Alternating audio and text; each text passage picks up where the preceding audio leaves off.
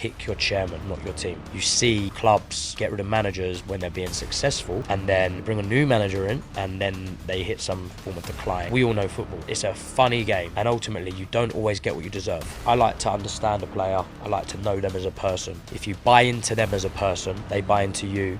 You'll get the best out of them on the pitch. If your man management skills are good and you've got them relationships and you've got that buy-in, you'll get the team unity. We clap and applaud everything we do. They have to buy into that or they won't be a part of what we do. Yes, everyone. Hello. Welcome to episode 1 of the Coach Rafa's podcast. I'm delighted to announce my first guest, which is Liam Giles. How's it going? Yeah, good, thank you. Thank you for having me. No problem. I appreciate it. And let's go straight into it. So, for you as a football manager, what is the key to creating a strong team environment? So for me, it's all about culture. For me, creating an environment is key. So recently joined a new club, so setting standards, making sure we are professional as we can be. Obviously, I'm coaching in a semi-pro game, so it's hard to be fully professional when you're only 2-3 days a week. Yeah. But yeah, look, creating the right environment for me is creating a culture, setting standards. We generate match packs so that players, coaches are aware of what we're doing before we arrive on a Saturday or midweek, which will detail roles, responsibilities, team lineup, etc., etc. So for me, that's what we try and do, implement as much as we can, as professionally as we can, and hopefully, people, they have to buy into that or they won't be a part of what we do. So for me, that's how we would set our environment. And so you mentioned standards. Let's say, what are 3 key standards for you that are non-negotiable? Yeah, so my non-negotiables are making sure that you engage with the supporters, the committee of the football club, appreciate the people that are coming to watch and support you home and away. Yeah. For me, that's huge. Getting that relationship and having that engagement. For me as well is, commitment. So I get it's not your full-time job.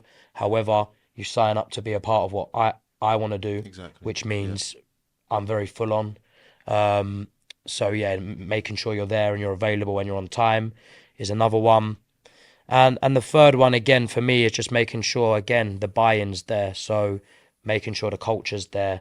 We clap and applaud everything we do, whether it be a tackle, a regain, we whatever we do, score a goal, a block, we applaud everything. So being a part of that and obviously buying into that.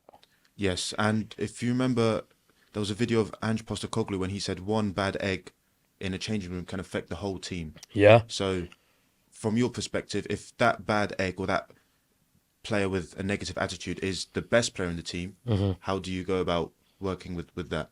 Well, for me, no one's bigger than the group or bigger than the football club. So, again, you have to call it out, and it's about accountability. I've had a recent issue with an experienced player that, has spoke out to the bench during the game in a negative way and in the changing room, and has been told that's the last time that will happen.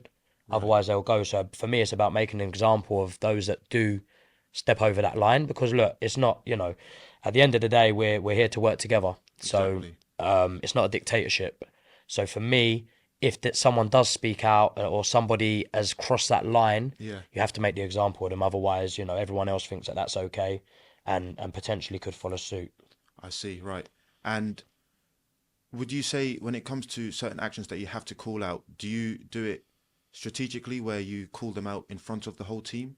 Or is it a one-to-one conversation, or is it of instinct?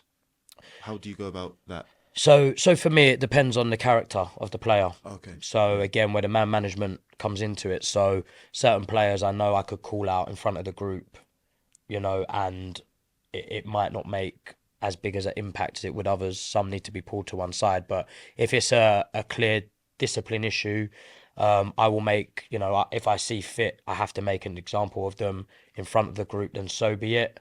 But I will also then, if I've done that, I will also have a conversation with them beforehand, just so that, at the end of the day, things might get missed. And for me, communication is probably the biggest thing in football. Without it, where will you be? So, yeah, I think that's either way, really. But however it's that the environment is at the time and how I see fit to deal with it. Yeah, and you mentioned depends on the character of the player. So let's rank it in order. So with tactics, man management, team unity, and also let's add in understanding your players. So understanding players, man management, then tactics and team unity. What's the order for you in terms of importance and why? So initially, I would say man management, Right. because I feel that closely by team unity, followed by tactics. So the reason why I say that is because if your man management skills are good and you've got them relationships and you've got that buy-in, you'll get the team unity. Again, if you've got bad eggs and you need to deal with that, then, again, that's part of the team unity. I do feel, you could be tactically great. You could be the best coach, in the world. Yeah. But if you've got a group where they're not fighting for each other, they're not fighting for you on the pitch, there's no team unity, then, what's the point? You could, if they're not going to run through brick walls for you and each other, most importantly, then for me, what is the point? So, yes, obviously, tactics are so important. But if I had the three, starts with man management, team unity, Yeah. very close second. Yes. Because I do feel that, again, the manager sets the standards. And again, that's where the culture is built, Yeah. the environment is created, and then obviously that all rolls into the team unity. So would you say understanding players is the key to having effective man management then? Yeah, I do. I think, I've been managing now for 6 years in the senior game. I worked with youths before that. Still do work with youths, but obviously in the senior game. Yeah, for me, it's you're almost like a full-time counsellor, literally. Yeah. The amount of stuff that my phone will ring constantly, probably too much. So I let any of my players need to come to me about anything, whether it's away from football, at football. I'm there to speak to. I'm totally transparent, and I think transparency again is a massive word in football Yeah. and in life, because if you're not on the same page and you're not transparent to things, then that's where you get mix-ups. That's where things happen. Whereas, if we can have an honest conversation and we're transparent with each other, we can move on from that, and we both know where we stand. So yeah, I think it is tough because you have different age. We have from 16 Exactly. to mid 30s at the Different moment. generations, So yeah. different generations.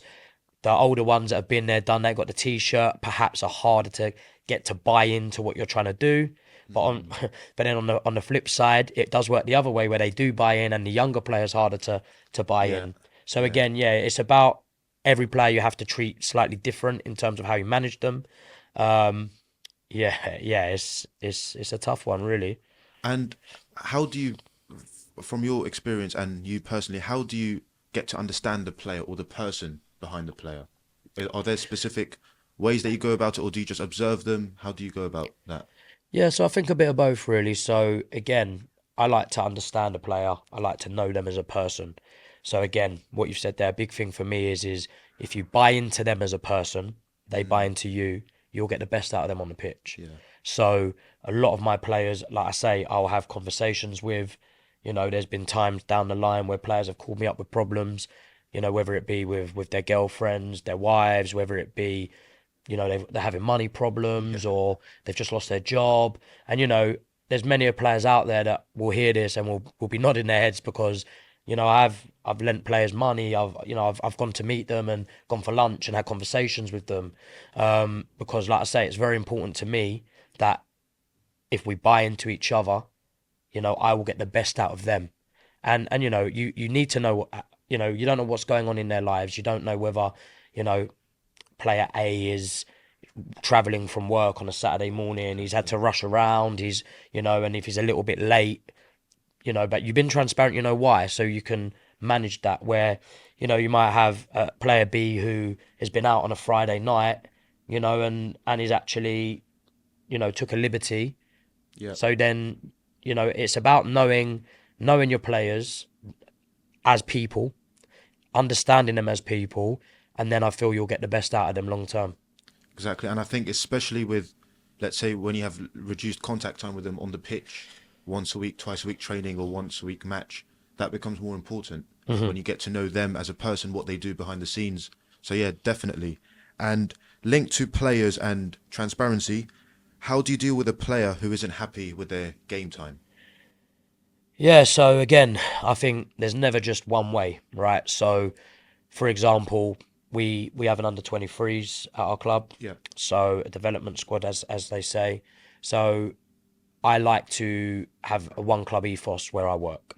So I like to be able to bounce players up and down, have a pathway for our under 18s, 23s to have an opportunity to get into the first team, and vice versa. That I like to look on a Saturday, if I've had a bench of five, on a Tuesday, Wednesday night, they'll then bounce into the 23s. So I try, listen, they might not be happy that the game time's coming there more so than in the first team, yeah, but ultimately, if you're doing all the right things and you're consistent in what you do, you'll be getting the game time you require.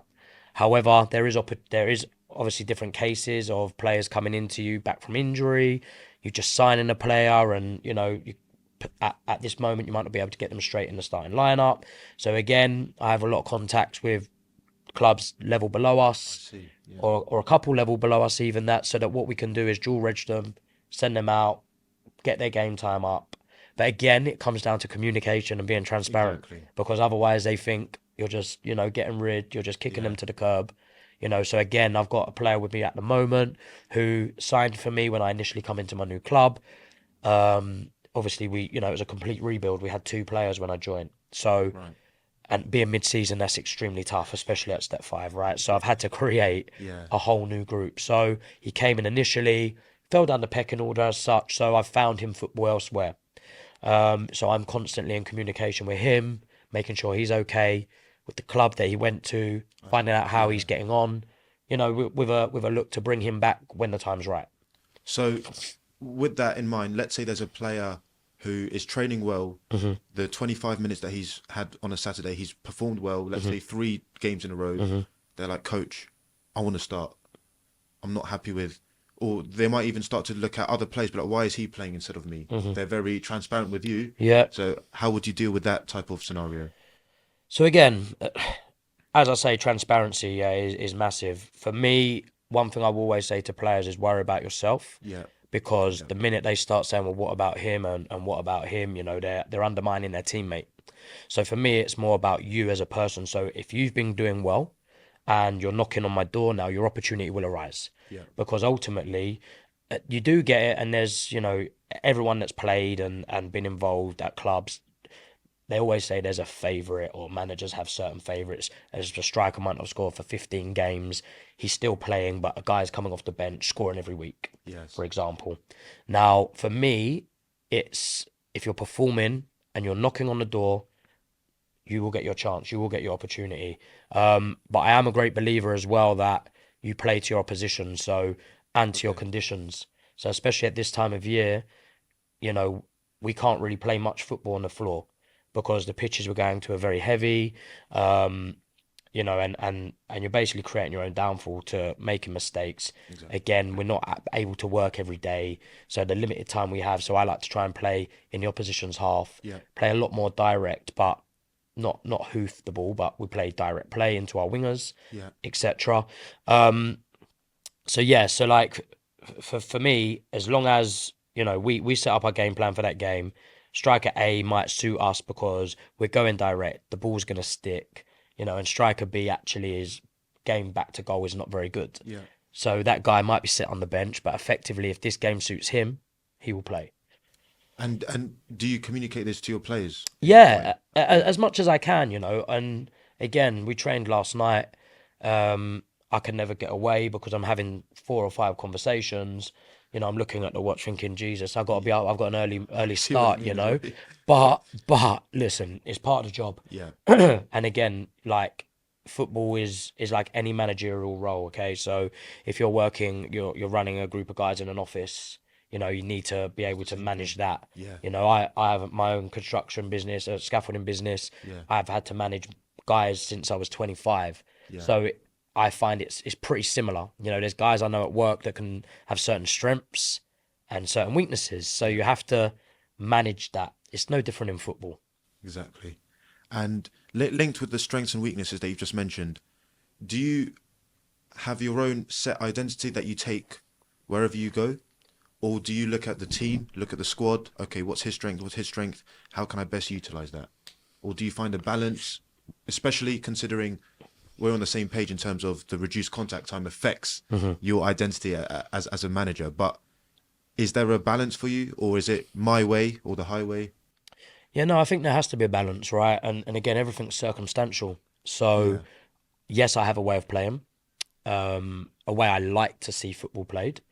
Do I feel at this moment in time that's how I'm going to go? Probably not. This stage of the season, we are having to go more direct and playing them in the opposition's yeah, third rather than in our trying to own. build from, Yeah, yeah, we have to. yeah, Yeah, and again, for me, the things that don't change that are non-negotiables are our culture, our standards, and having that environment. That is the same no matter what for me, and okay, that's a buy-in my way or the highway because that is how it is. Okay, whereas on the pitch, again, I like to. We have a plan A, but we have to have a plan B and C and D. you have to adapt. You It's have to football, adapt yeah, to your circumstances. And again, we where I am at the moment, we've got very good technical footballers. Have I got the time to work on patterns of playing out from the back when I've got an hour on a Thursday and an hour on a it's Tuesday? difficult, It's so tough. yeah, So again, for me, it's just go to basics. Once I have a pre-season, that's when I implement, and at the start of this year at the club I was at, we started off, like a house on fire. We straight out the yeah, traps. We were doing really, really well before I left there. But I had 6 weeks to exactly, implement my ideas yeah, and the players to buy in and understand. So that's always difficult because the player needs to understand what you want from them, exactly, and not all players understand. So I might have to work a lot harder with, say, A than I do B because he doesn't really understand what I'm asking of him, where B does. exactly. Again, so it's managing the player. And again, listen, if you've got a group of players that aren't technically very good, but they're big, they're strong, they're And they athletic, buy into your culture, yeah, yeah, you know, you just have to go the way, I'm not going to try and play out if I've not got players to do that. yeah, I'm not going to go direct if I haven't got the players to do that. So it has to be a balance. yes. And for example, if someone like, once again, Ange Postecoglou or other coaches who, right now, Amarim as well, they're saying it will eventually work. My ideas will eventually work, Hmm. but they're suffering losses after losses. If they were sitting here, I would say they would disagree with the both Yeah. of us. Would you say that's because they're full time Hmm. and the fact, and they're just trusting the process, or if you were in their situation and you was looking at Man United playing with wing backs, but they don't have the players for it? For example, if Amarim and Andrew were sitting here, Hmm. how would we go about that Yeah, it's, conversation? it's it's an interesting one, and again, because I do look at full-time football and part-time football, are miles apart Yeah, in terms of what you can get into a player. So when you look recently when Spurs played Tamworth, yeah, Tamworth took them to extra time, yeah, and that's crazy. But actually, when you look at it, okay, it's 11 men v 11 men. The difference is that I believe if Tottenham had actually gone and thought, well, look, we're playing Tamworth today, we're going to go away with our identity and we're going to actually play direct, etc., etc., and play to their play weakness. to their Yeah, weaknesses, then would they have gone to extra time? And again, I think a lot of that is a bit of arrogance as well. this is what I was going to say. Do you think sometimes with managers, the ego or their arrogance gets in the way of maybe more team success? Yeah, 100%. Right. 100%. Look, listen, I can't sit here and judge your Amarims and your Postacoglu's and your Klopps, etc. I'm working at step five Yeah. in non-league, right? So what I will say though is that I do feel that when you look at it and they stick with it, how many managers that are sticking with the way they want to play have lost their job in the last 4 or 5 years? You know, for me, if you're going to a job, like look at Man United at the moment, they're more like looking over their shoulders towards the championship than they are Yeah. to try and win the league. So for me, mid-season especially, it's come in. It depends what your board want as well. Because if the board have said to Amarim, look, you've got the whole season now, don't care where you finish, just get your identities, your philosophies, Yeah. build it now Yeah. for next season. Then fair enough. But ultimately, especially like for myself, if I was in that situation, I'm a winner. I want to win. So by keep doing the same things, keep getting beat, for me, I'm then going to have to look at myself and say, actually, I'm doing something wrong because we're losing to Brighton at home. You know, we're losing these games that haven't happened, Yes. wouldn't happen under Sir Alex Yes. Ferguson. So wouldn't, you know, not as much under Jose Mourinho. So yeah, I think there's a touch of arrogance and a touch of, look, this is me. I think I heard Amarim in an interview say, well, this is why I've been brought to the club because of my philosophy and how I play, my teams play football, Yes. which is great. But as things stand, you've come in mid-season. You're now competitive games. You haven't got friendly games constantly Exactly. in pre-season to try things out. So I think they'd have to change.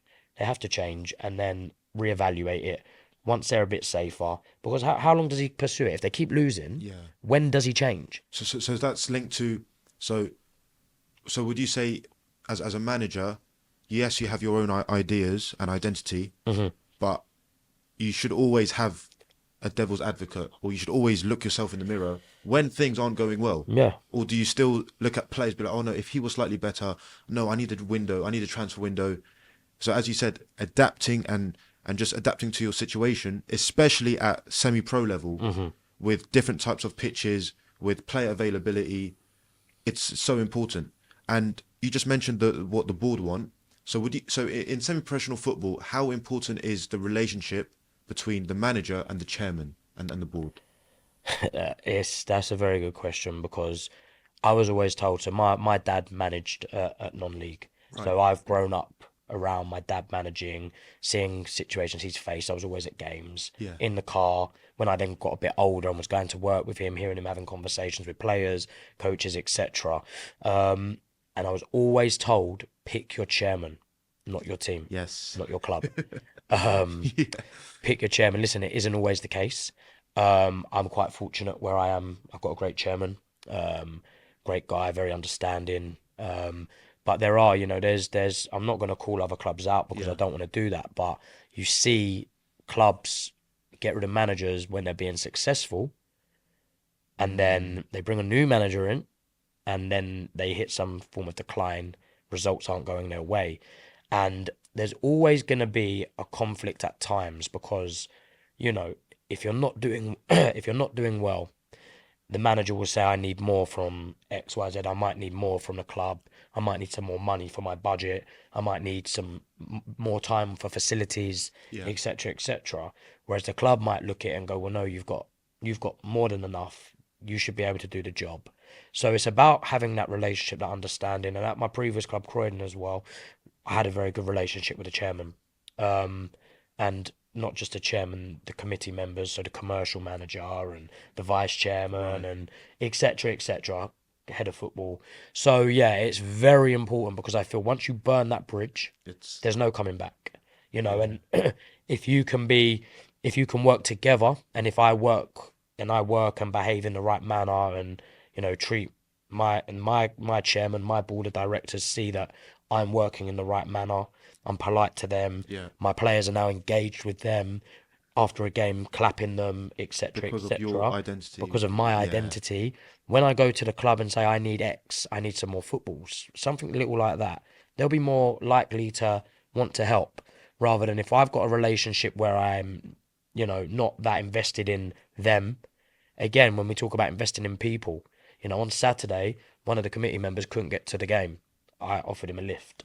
He couldn't believe it. He hasn't had that before. From the football manager Yeah, when from they're the football yeah, manager, I've got yeah, a million things to do, but look, yeah, I'll give you a lift down. I'll give you a lift home. You know, it's and in that car journey, we managed to find. Managed to find out more about him as a person. He manages to find out a bit more of me, exactly. and you build that relationship. So for me, relationship in a football club in terms of manager to board is just important as it is from manager to player. So you're in the middle. You've got to be able to, you know, Exactly. be able to flip them conversations and yeah, it's a lot. You know, as much as we say it's a semi-pro part-time football, it's like a secondary job. You know, it is. It's very full on, Yeah, especially the way I like to work anyway. exactly. And would you say it's important that a chairman or a board understand football. Hmm. Because when they watch the game or when they check Twitter or when they check Google and they've seen that their team has lost, do they quickly say, "Oh, it's the manager"? So it's really important. So how important would you say it is that they actually have football knowledge? Yeah, I think it's extremely important, and I think that again, when you look at it, so I think we have like a board or committee of I think about 10. Yeah, Not everybody I feel on the board has to have expertise football knowledge. Okay, again, everyone has their strengths. So you might have like your treasurer, your person in finance, commercial manager. There'll be different roles at the club. So I do feel that you need to, in an ideal world, you want everyone to understand football yeah, on that board, but you have to have a very strong presence of football knowledge because again there's no good them just looking at results because listen, we lost on Saturday yeah, 3-2 away to bottom of the league. It was their first home win of the season. yeah, Now on paper we should be going down there and winning the game, yeah. and ultimately we've a direct free kick and two out and out individual errors. How do How is that yeah, exactly? so a Exactly. conversation with again the committee member and the vice chairman is how the hell did we not win that game? You've had 85% possession. You've had probably 8, 9 clear chances to score. Yeah, Keeper had a great game. Chances, ball cleared off the line, hit the crossbar. So when you actually look at it, it's fine margins. And actually, from the outside world, oh, what's gone on there? They've lost. But we all know football. exactly. It's a funny game. And ultimately, you don't always get what you deserve. Yeah, I've experienced that myself a lot. Yeah. Let's say you feel you're in the right state of mind to have won that game, but you've suffered a very heavy defeat. So you've had a great training session, great pre-match, great warm-up, gone into the match, everyone's fit, everyone's buzzing, heavy defeat. How do you do a post-match team talk? It's always about the nature of it. So if we've been beaten comfortably, we've played a side in the FA Cup or in a cup competition that's 2, 3 leagues above us, and they've beat us comfortably. For me, it's all about our application. Yeah, So we could win 1-0, and I could have the same reaction as such I've got because of our application, where we're lucky to get away with that. But yes, for me, again, it's about standards. So if you play like that next week when you play X, you know, you'll lose the game. So exactly. yeah, that's a tough one. Again, for me, all right, I'll give you the one I can remember was pre-season this year. Okay. We went and played a team in the league below us in a friendly. I think it was my my third game Yeah, with the club pre-season. So we probably had before that 6 training sessions. We'd played sides levels above us and applied ourselves well. We played teams at that level and we beat them 6-7-0. yeah. So we was looking strong. So we went down to this club and we lost 3-0. But we was poor. And for me it was the Application. application Yeah, of people not following their man, people thinking that look, level below, yeah. we're gonna I turn can't up. tolerate that as well. It's for me, that's a non-negotiable. So at full time, got them in, kept it calm. Guys, that's not acceptable. I'll see you all Tuesday on the goal line. We're now doing full pitch runs. Mm, So I left them out there for 15 minutes and they had to, from touchline, 6 yard box back, yeah, 18 yard box back, halfway yeah, line back. So you know the process. So I yeah, think they did that 3 times. yeah, And that's for me is setting them standards that look, that's not good enough. Um, and again, but that for me was application. We lost 3-0, and again, it's embarrassing because I set myself out professionally. We give them everything. So match day, we arrive at 12:30 staff. Our player meets 1:30. So we've left home at probably 11 o'clock for an yeah, away game, maybe a little bit earlier, depending on where we are. We're there, changing room when they arrive set up. yeah. They have all their drinks, their sweets, everything they can ask for. The platform is there Everything's there. They for them to arrive, apply. Yeah, warm up, set up. yeah, So everything is done. So all they need to do is turn up, prepare, get out there and do their job. We've done our job. mm, So for me, when there's lack of effort, lack of application, people not, giving me their all, that's where that's what upsets me the most. So it wouldn't be more on a heavy defeat, it would be more on the nature yes. of a game, the nature of the result. And I think that really sets a precedent for the standards and Hmm. the culture because there are some coaches I would say because they just love the positive result. Yeah. They'll say, you know what, it's fine. Our players didn't apply themselves. We got away with it. Yeah. Real Madrid get away with it. It's fine. But Hmm. I would say myself as a person and yourself, it's just about that identity that you hold, Hmm. and you just want to see that on the pitch. Because for me personally, when I look at my teams, I want people to look at the team and be like, yeah, that's Raf's team. Yeah. That's Yeah. the standard. That's the type of person he is. Yeah. Yeah. Yeah. So when you, as you said, I can really empathize when you say, when I don't see the attitude or the effort or the application, yeah, of course my head's going to go, even if we win 4-0. Hmm. Exactly. If you could go back to when you first started as a football manager or as a football coach, what would you tell yourself and why? Don't do it. Oh. No, I'm playing. So yeah, listen, for me, I'm very emotionally attached to it, right? Okay. So especially when I started out at Croydon, which I played for from the age of 6 years of age, played Wow. all through the youth teams, Wow. Yeah. represented them at under 18 level, first team level, and then came back to manage them at 30 years of age. Stopped playing Yeah. because I got an opportunity. So for me there, I was heading every ball, kicking every ball, and was too emotionally attached. So there's a few things. So I'm sure you're aware, so never too high, never too low. When you win, make sure you're not on the ceiling. When you lose, make sure you're not on the floor. Try and find some middle ground there because, it is an emotional roller coaster. We go through the highs, we go through the lows. So again, yeah, look, just for me, I would say don't try not to. It's hard. Try not to get too emotionally attached. Try not to take and wear every result that goes wrong, Yeah. and try and keep yourself grounded and feet on the ground because you know I've had seasons where I've started off really really well. We're buzzing. We're talking about again immaturity in the roles. Talking about we're going to win the league. Blah blah blah blah blah blah. Get to Christmas, hit a rut. Don't even make the playoffs. Exactly. Yeah. So you got to stay grounded. Every game as it comes. Don't look past your next The game. next game. Don't look beyond that. And yeah, buckle up because it's a rocky ride. Yeah. It really is. And has there been a moment that you've just mentioned being non-emotional? So when did your emotions affect you? Yeah. So initially, I had a bit of a disciplinary issue in my management. Oh, yourself. Yeah, I yeah. see. So again, with decisions going again, listen, people do their best, right? But step 6, step 5, your Referees. referees, they're human, right? Yeah. They're not Premier League standard. We see it in the Premier League. They make Yeah. mistakes. But when things actually lead to you losing a game or, a stonewall penalty in the last minute Yeah. when you need that extra point Yeah. to get yourself where you need to Yeah. be, or in a cup game and that would have put you through and then you go out on penalty and that emotion of has affected me because I've managed to get myself red carded for saying something I shouldn't have. I see. Then what happens is I'm then on a touchline ban And it or trickles on the effect of you not yeah, being I'm there. then not there for 2, 3 games Yeah. or 4 games or whatever it may be. So yeah, that's something that that I've had to learn.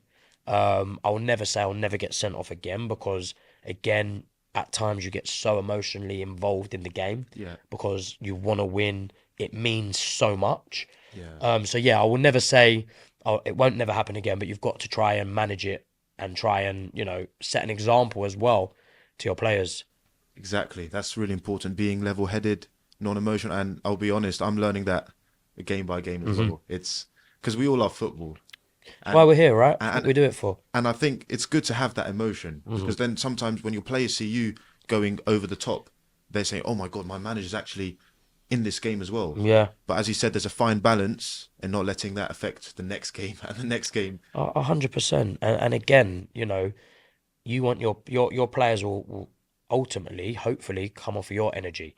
So Yes. again, for me, on the sideline, our subs, my staff, myself, everything is your energy is infectious for the team. Yeah. So, like I said earlier on in the pod, if you Yeah. win a tackle, we've just won a header in a great area, the bench applauds it. Yes. So then the players thrive off of their energy Yeah. from the sideline, and that's something that I will always instill into my teams, Yeah. and I'm massive on. Applaud everything, clap everything. There's a lot of players that are worried about the stature of the level.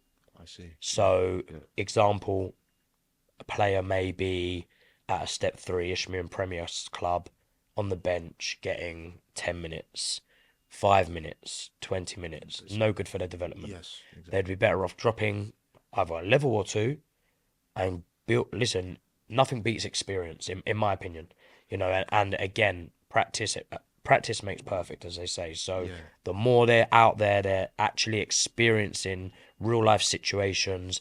They're playing week in, week out, finding their way, developing themselves in match situation. Yeah. That would be my advice. Don't sit on a bench just because you can tell your friends that you've got a nice tracksuit, that you play at step three in front of 500-600 fans. Drop down a level. Go and learn your trade. Go and if you're a forward, go score them goals. You will soon be back, if not higher. Yeah. So it's definitely, and work hard. Work hard. There's so many players that I see that aren't as gifted as others, that have worked harder and gone further. Yes. And there's, on the opposite way, players that have had it all. So many I've seen that have got all the ability in the world. They get themselves in a situation where they're so close to getting a contract and they don't want it enough. They're not doing that. We say the 1%. Yeah. They're not doing the 1%. Right, that is it. Episode 1 of the Coach Raf podcast. I hope you enjoyed it.